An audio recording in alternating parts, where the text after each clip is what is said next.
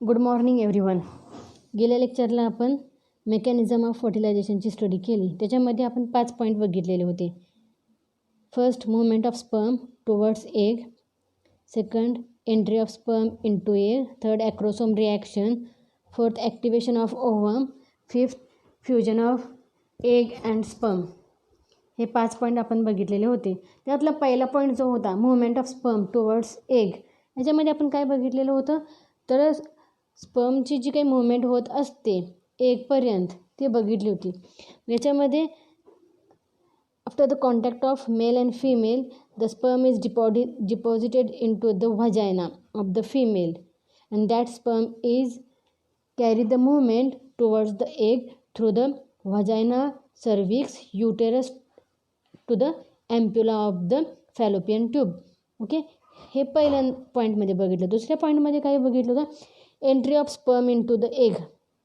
आता एगचे आपण 3 लेयर बघितले होते, व्हायटेलाइन मेम्ब्रेन, झोना पेल्युसिडा आणि तिसरं बघितलं होतं कोरोना रॅडिएटा.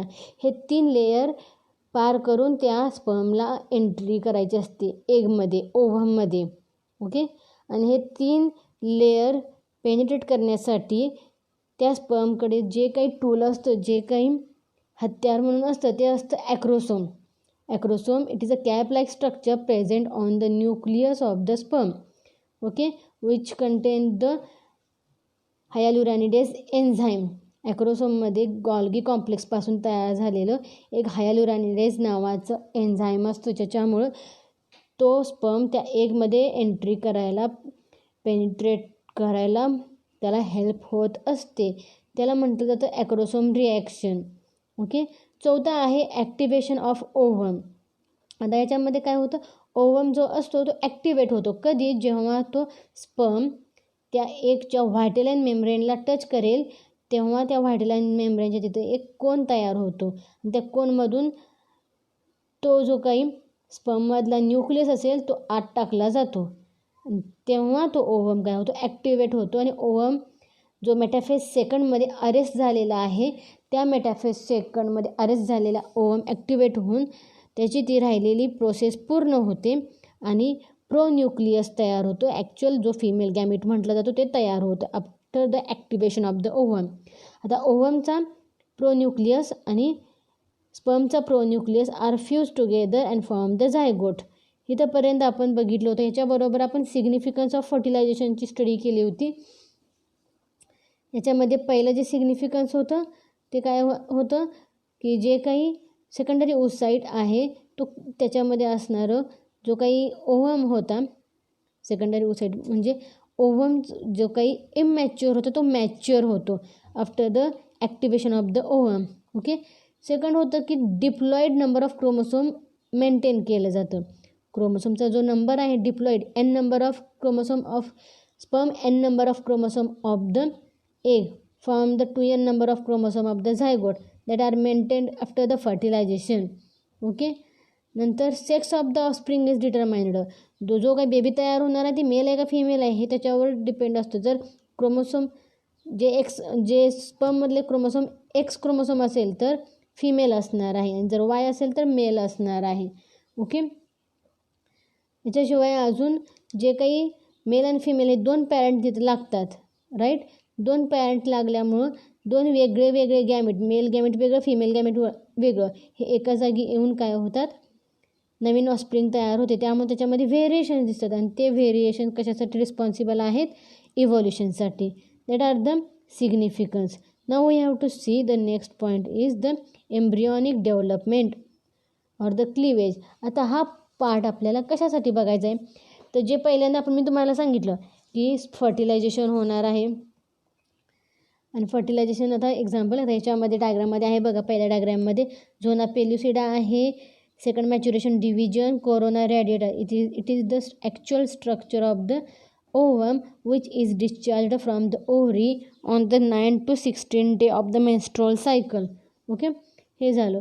दुसरं जे आहे, दुसरी जी डायग्राम आहे फर्टिलायझेशन होत असताना ओवा बाहेर पडल्यानंतर 24 तासामध्ये फर्टिलायझेशन होणं गरजेचं असतं, कारण 24 तासच त्याची लाईफ असते. The life span of the ओवा इज 24 hours ओनली. त्याच्यामध्येच हा स्पर्म तिथं जाऊन काय करायला पाहिजे, युनियन त्यांची व्हायला पाहिजे, फ्युजन व्हायला पाहिजे. आणि फ्युजन झाल्यानंतर फिमेलचा एग जो असेल त्या एगमध्ये असणारं न्यूक्लियस म्हणजे काय असणार आहे, फिमेल प्रोन्यूक्लियस. आणि मेलमध्ये असणारा प्रोन्यूक्लियस म्हणजे काय असणार आहे, मेल प्रोन्यूक्लियस. हे दोन्ही काय होतात इथं मिक्स होतात. See in the diagram third it show the centrosome means centriole ह्याच्यामध्ये असणार आहे male pronucleus, female pronucleus are unite and form the zygote. There is a formation of spindle and the spindle formation takes place in that. After that the zygote is formation and that zygote it is a single cell structure which is formed after the fertilization. आता ह्या झायगोटची ही जी process आहे ती process इथं थांबत नाही, तर पुढं जी process होते त्या प्रोसेसलाच म्हटलं जातं cleavage. Which is the embryonic development, त्याला म्हटलं जातं क्लिवेज. आता ही जी काही क्लिवेज आहे ती क्लिवेजचं जे स्ट्रक्चर आहे ते आपल्याला ह्याच्यामध्ये बघायचं आहे. तर आफ्टर क्लिवेजमध्ये काय असणार आहे, आफ्टर द झायगोट फॉर्मेशन हे क्लिवेज होतं. एका सेलपासून 2, 2चे 4, 4चे 8 असे सेल ह्याच्यामध्ये होत असतात, कंटिन्युअस ह्याच्यामध्ये चेंज होत जातो. मग क्लिवेज म्हणजे काय, it is a process of early mitotic division of the zygote into a hollow multicellular blastula.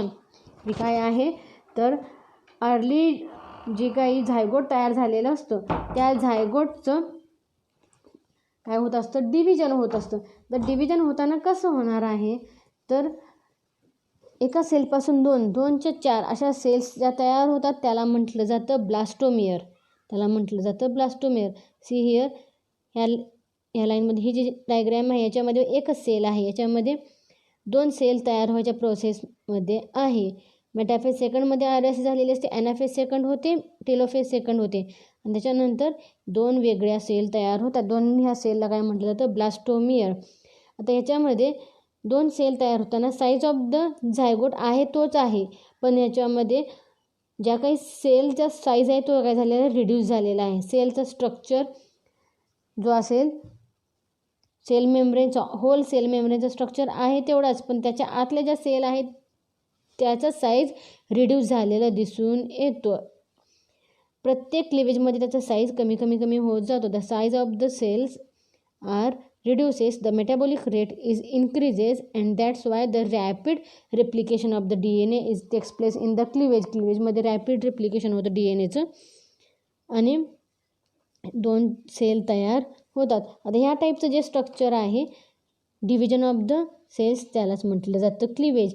तर cleavage in human being the cleavage is holoblastic. Holoblastic म्हणजे काय तर whole zygote get divided into the small cells. आता जो काही zygote आहे एक single sale होती बरोबर, त्या सिंगल सेलपासून 2 सेलचं स्ट्रक्चर तयार झालं. हा कशामुळं तर 2 बरोबर सेल तयार झाल्या. आता ह्या ज्या काही जे 2 भाग होतात ते भाग करण्यासाठी काही प्लेन असतात, क्लिवेज प्लेन म्हटलं जातं. त्या क्लिवेज प्लेन 2 टाईपचे आहेत. There are 2 type of the cleavage plane note down. The first is longitudinal और मेरीडायोनल, लॉन्जिट्यूडनल और मेरीडायोनल. आणि दुसरा आहे इक्वेटोरियल और हॉरिझॉन्टल. ओके, म्हणजे थोडक्यात पहिला टाईप कोणता आहे लॉन्जिट्यूडनल म्हणजे काय व्हर्टिकल प्लेन असणार आहे आणि दुसरं कोणतं आहे हॉरिझॉन्टल असणार आहे. Okay, see about the first cleavage. आता फर्स्ट क्लिवेज बघा, ह्या डायग्रॅममध्ये एकच आहे सेल बरोबर.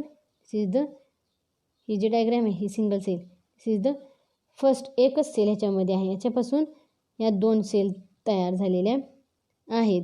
ओके, ह्या ज्या 2 सेल तयार झालेल्या आहेत दिस इज द मेरीडायोनल म्हणजे व्हर्टिकल प्लेन त्याच्यामधून जातो. एक बॉल आहे, बॉलमध्ये सरळ त्याला जर कट केला तर 2 समान जे भाग होतात त्याला म्हटलं जातं फर्स्ट क्लिवेज. त्या टाईपमध्ये झायगोट म्हणजे एक बॉल त्याचे 2 समान भाग झालेत म्हणजे त्याला काय म्हटलं जातं मेरीडायोनल प्लेन त्याच्यामधून गेलेला आहे, लॉन्जिट्यूडनल प्लेन त्याच्यामधून गेलेला आहे.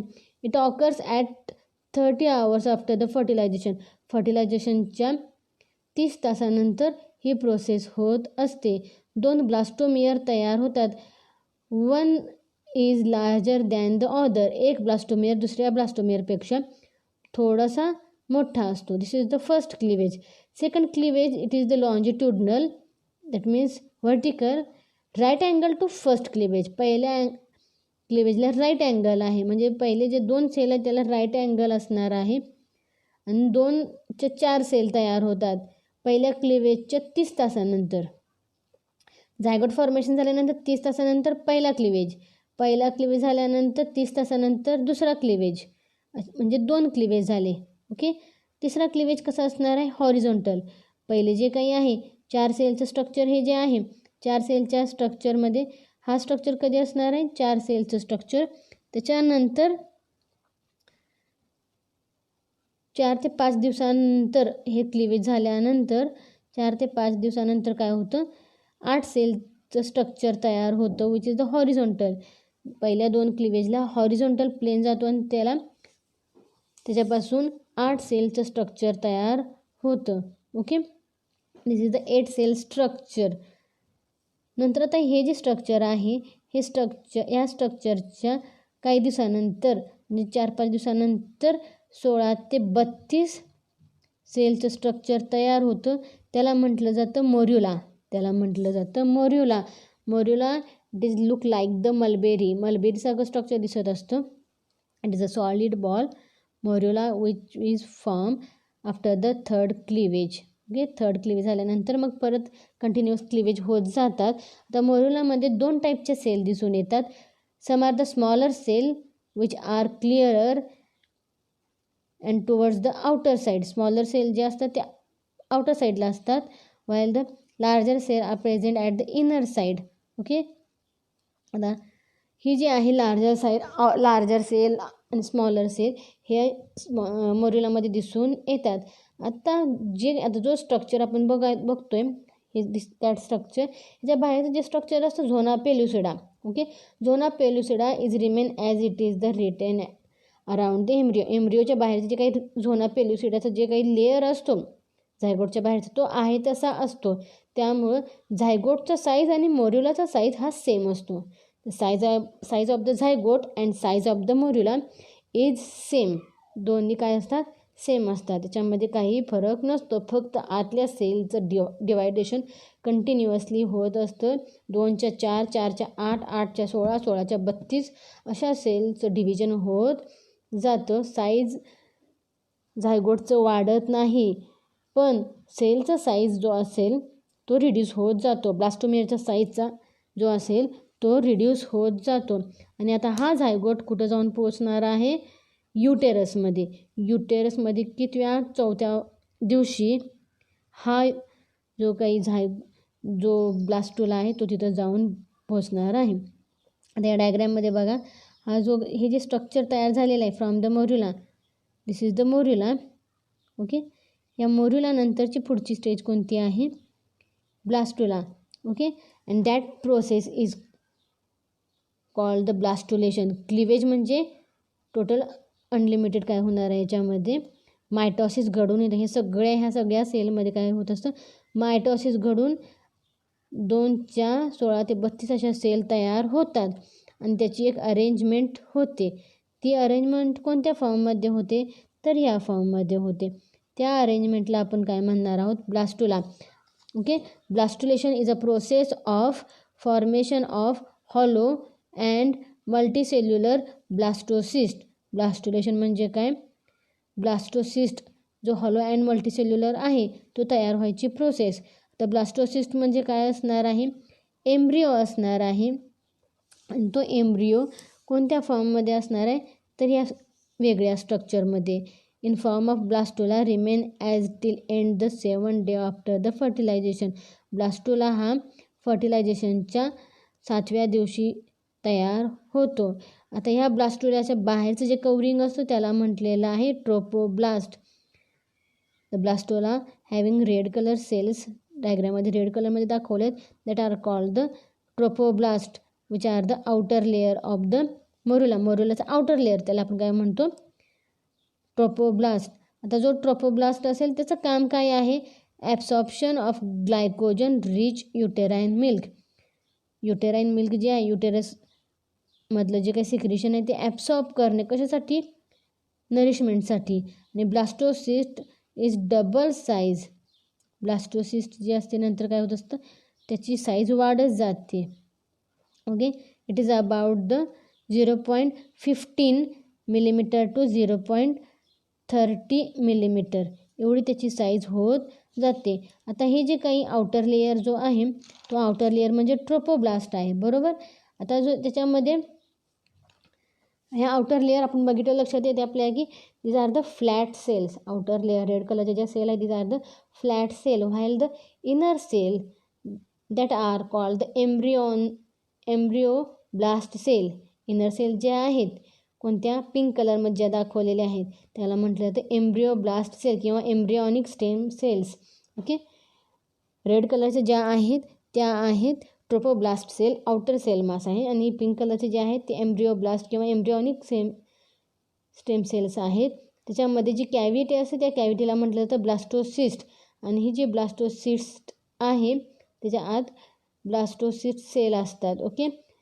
Embryoblast are remain attached to one side in contact with embryonal knob called cells of Brauber.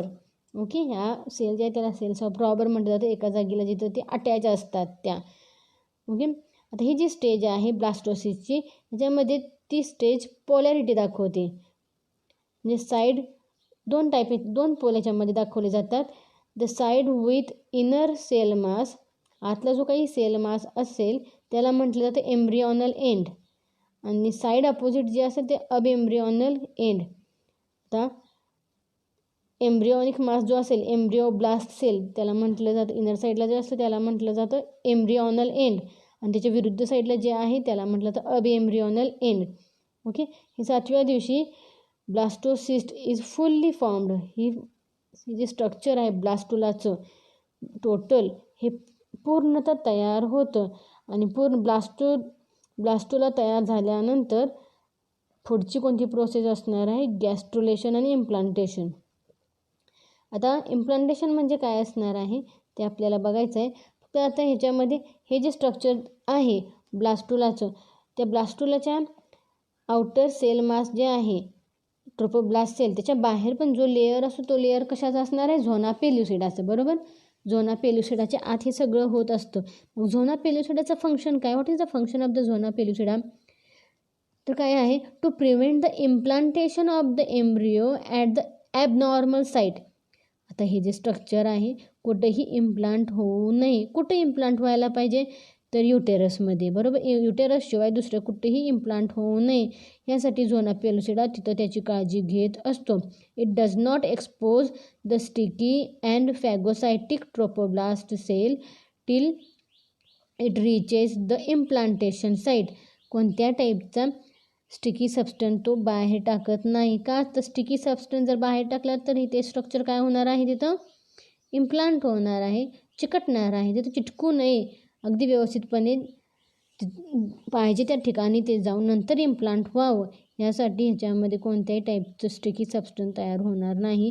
Trophoblast सेलकडून याची काळजी झोना पेल्युसिडा घेत असतो. त्यामुळे तो झोना पेल्युसिडाच्या आत हे सगळं स्ट्रक्चर प्रेझेंट असतं.